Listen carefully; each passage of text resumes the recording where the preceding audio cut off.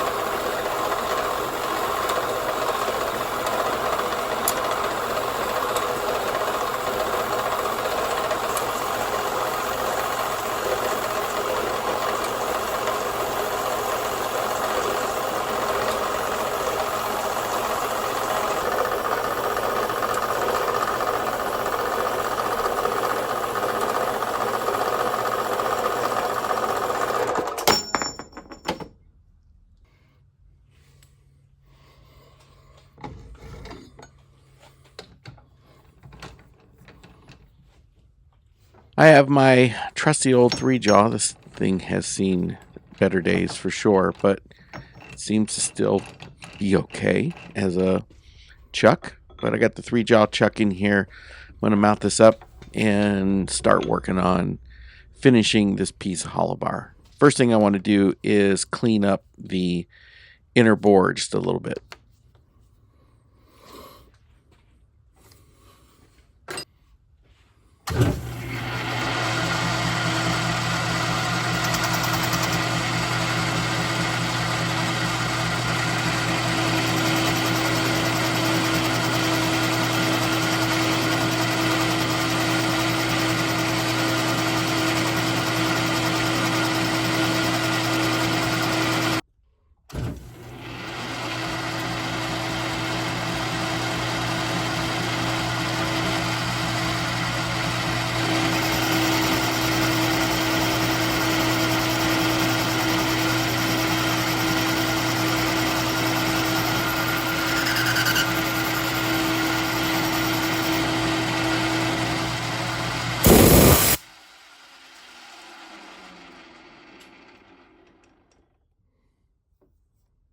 Still not quite cleaned up. I want to get it cleaned up so I can take a measurement and figure out how much more I want to come out of this center board.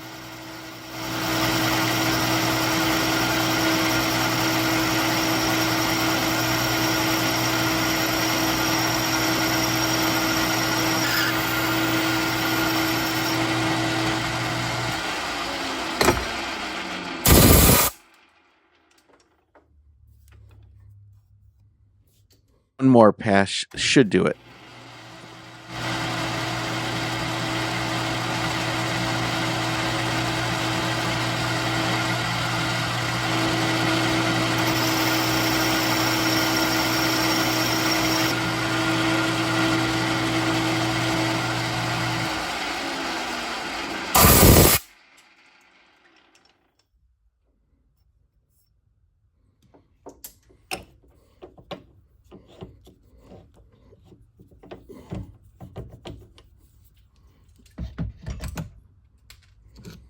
Well, the next thing I want to do is face off this end so that I know that it is square and perpendicular to the face of the inside bore.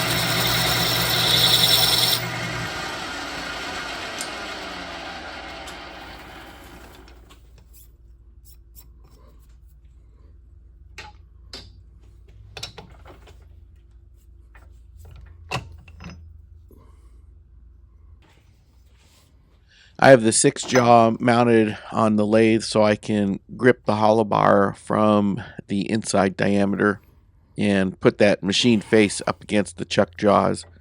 So again, should be relatively assured that I've got some level of concentricity on the center bore. It is not critical in any way, shape, or form that it be perfectly concentric. I'm just going to try to get it as close as I can with the tools that I have. Now I need to work on the OD. I've got quite a bit of material to come off the OD, and this stuff doesn't cut all that great on this lathe. I have no idea what this material is made of, but with the tooling that I have, it gets a bit stringy. Well, if I had a pipe center, I would use it, but I don't have one. So I'm going to have to rely on just lighter cuts. I won't be able to take anything too deep. I am setting up my carriage stop on the way just so I don't accidentally run into the chuck jaws with the carbide tool.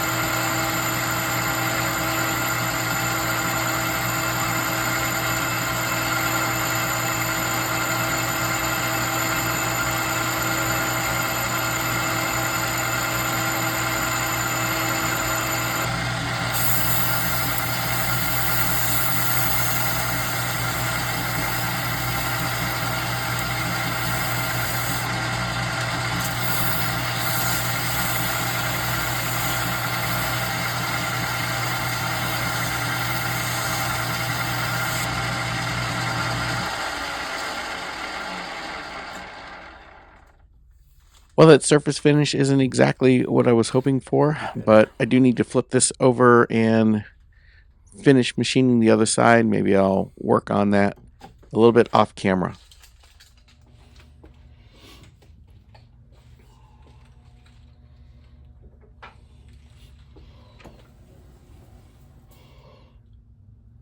Well, I have one of those gears now mounted up in the 4-jaw chuck, and I've got a dial indicator on the face of it because I want to get this as close to flat in the plane of the spindle as possible. So we might need to tap this around just a little bit.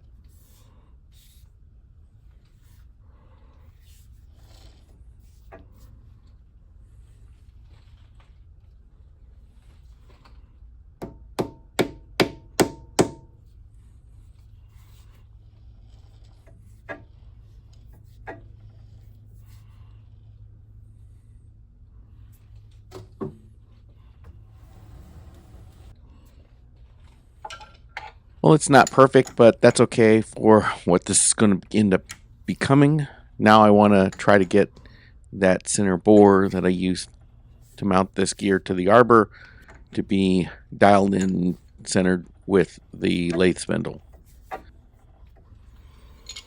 It's within a couple thousandths, that's within tolerance. I have a boring bar now set up in the tool holder. It's the smallest one I have, and what I need to do now is bore a recess in the face of this gear. It's going to be about 125 thousandths deep. I'm going to start with this smaller one because it's all the clearance I have, and then as this recess gets a little bit wider, I'll step up to some larger boring bars, hopefully to reduce any kind of potential chatter.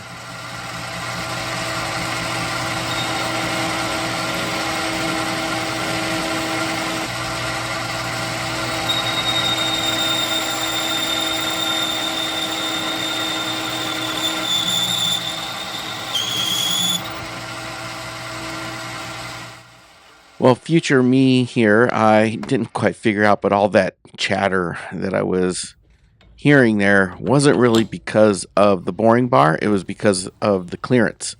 The underside of that tool was rubbing on the inside of the bore. I don't know if I just didn't have the height set correct or what, but I eventually figured it out. But now I'm stepping up to a slightly larger bar just to continue to machine this recess. It's got to go quite a ways yet.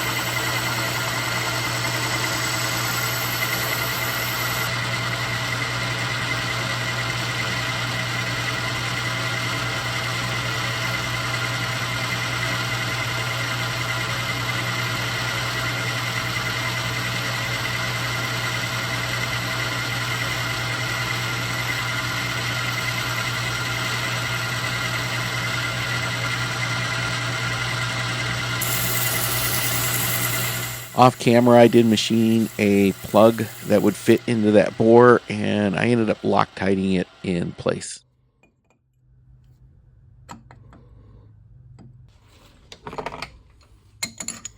Well, the machining on this gear is complete. I'll take this one out of the forge jaw and I'll mount up the other one. I've got some similar machining to do on it.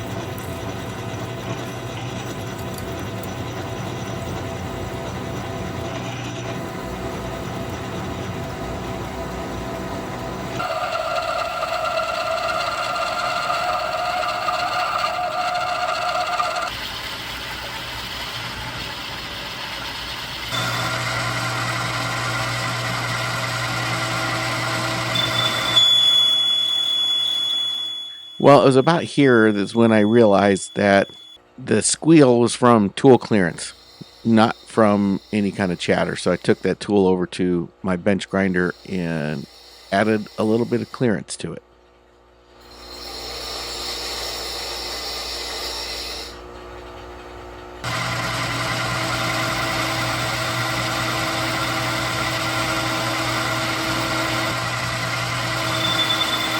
Well, that's certainly a lot better, but this bore needs to be a lot bigger. Right now, all I'm trying to do is make this thing big enough so I can use my larger boring bar.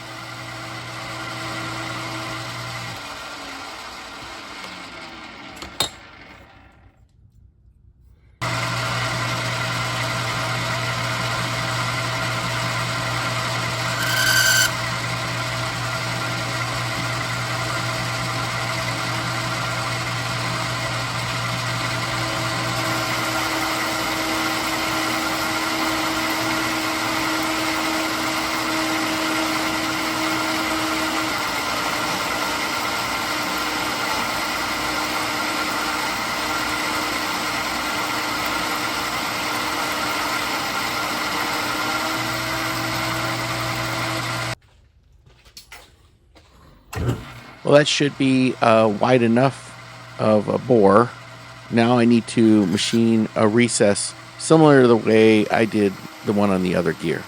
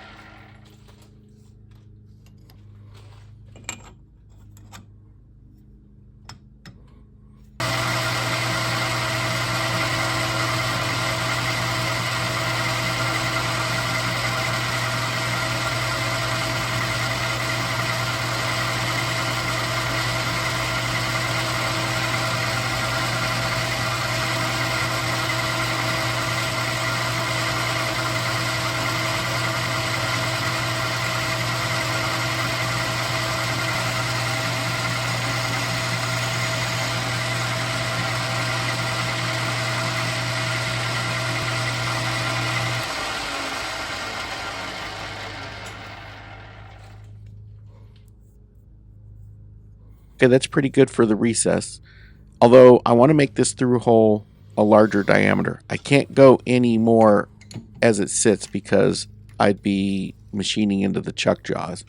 So what I need to do now is flip this gear around so I can machine it from the other side. I'll have to re-indicate the gear in to get it concentric again.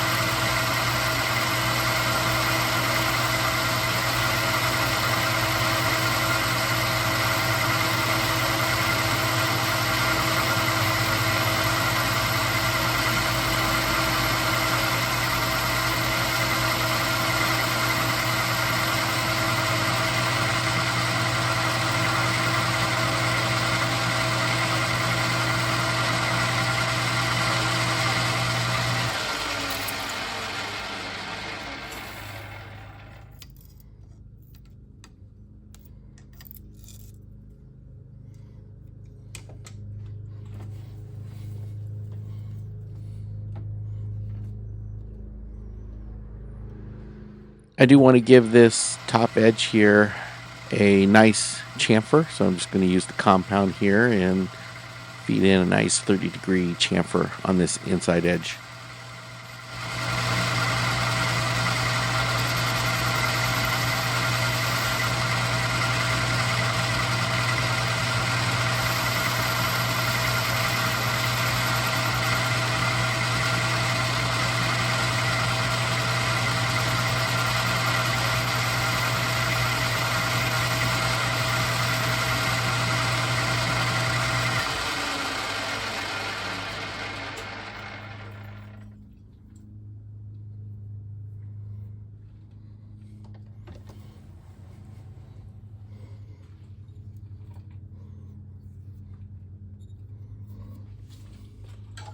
Well, that's it for the machining. So I'll take this gear out and we'll move over to final assembly.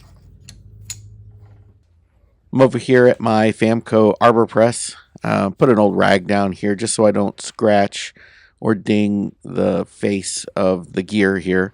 So I've got that first gear that I finished machining. You can see the plug there in the center. I've got this piece of hollow bar that we machined earlier. I've got some, retaining compound Loctite. This is going to be a pretty snug press fit, but I just want to make sure that it's not going to come apart. So a little bit of Loctite on here is not going to hurt.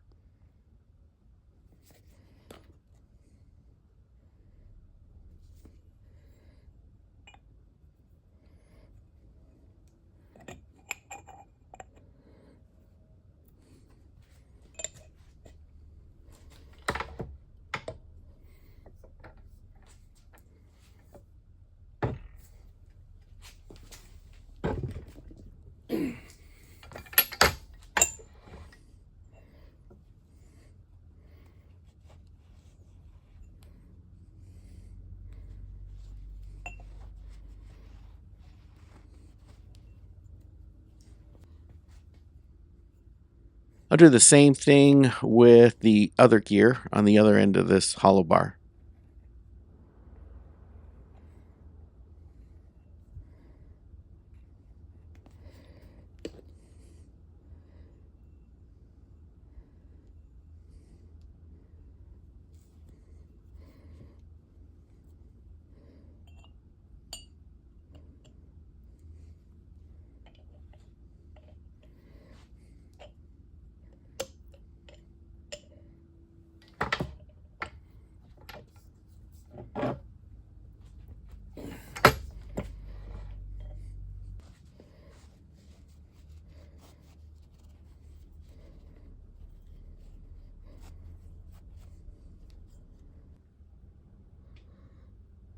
Well, that's the completed part or thing or whatever you want to call it. I did stamp the bottom of it with Secret Santa 2025 and My Little Mule. But then, of course, the question is, what is it? Well, it's whatever you want it to be. You could use it as a pencil holder, or maybe it's a spot where you like to store some of your favorite tools ready at hand. Or maybe it's a convenient place to store scales or calipers or other things of different units of measure. Or maybe it's a place just to store some loose change.